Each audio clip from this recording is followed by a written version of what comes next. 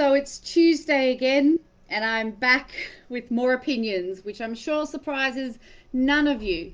And this month, it's a little bit of giving because it's December and it's the holiday season, and that's what people do, and a little bit of addressing an issue that's sort of come up, I feel, unfairly in the past month, and that's when people are commenting or criticizing on my posts and using words like promote, sell, push, like I'm making this stuff up, and my only interest is selling courses.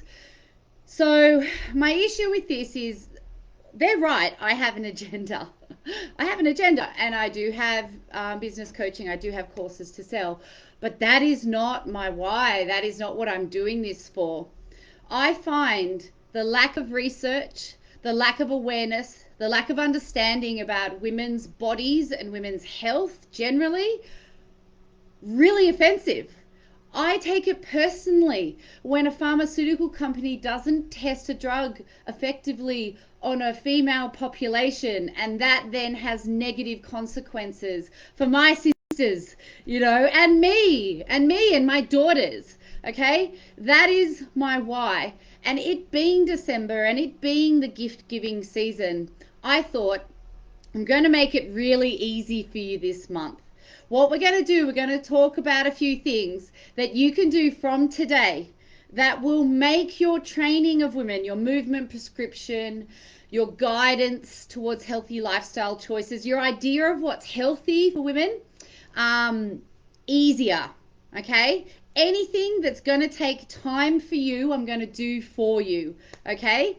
5 things to make your training of women better without any investment from you, time or monetary investment, without doing anything special, without enrolling in a course, without seeking or researching or going any further than where you are right now.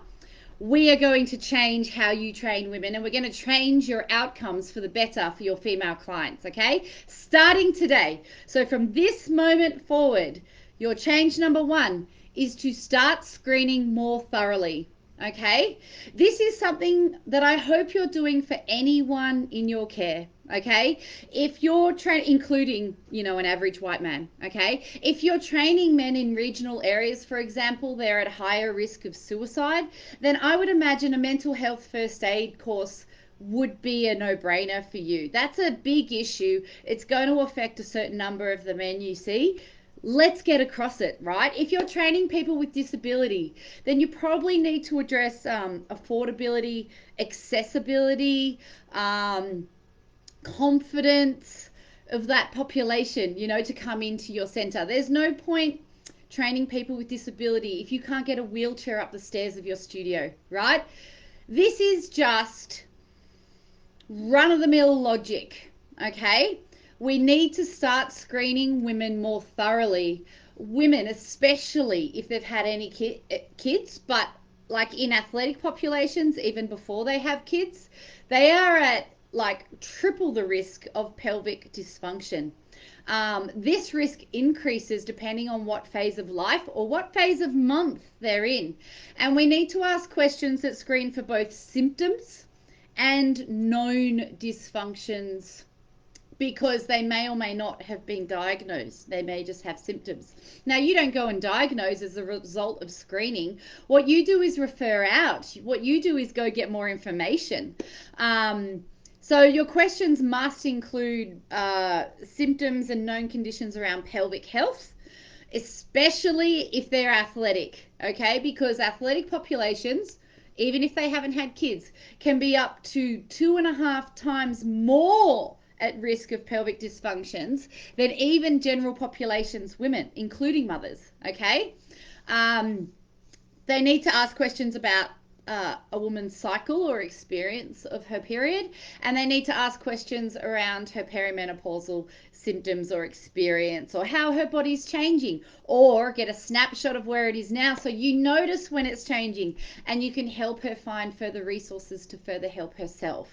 Okay, now I said it's not going to take any time or investment from you. So what I've done is I have printed what we did it into you, where we combined what was compulsory from Oz Active and required by our duty of care, with the questions we felt were necessary to get a good understanding on our female clients' bodies. Okay, it is in the comments, and if you're watching on Instagram, I will put it in our link in bio, and you can download it and you can copy it.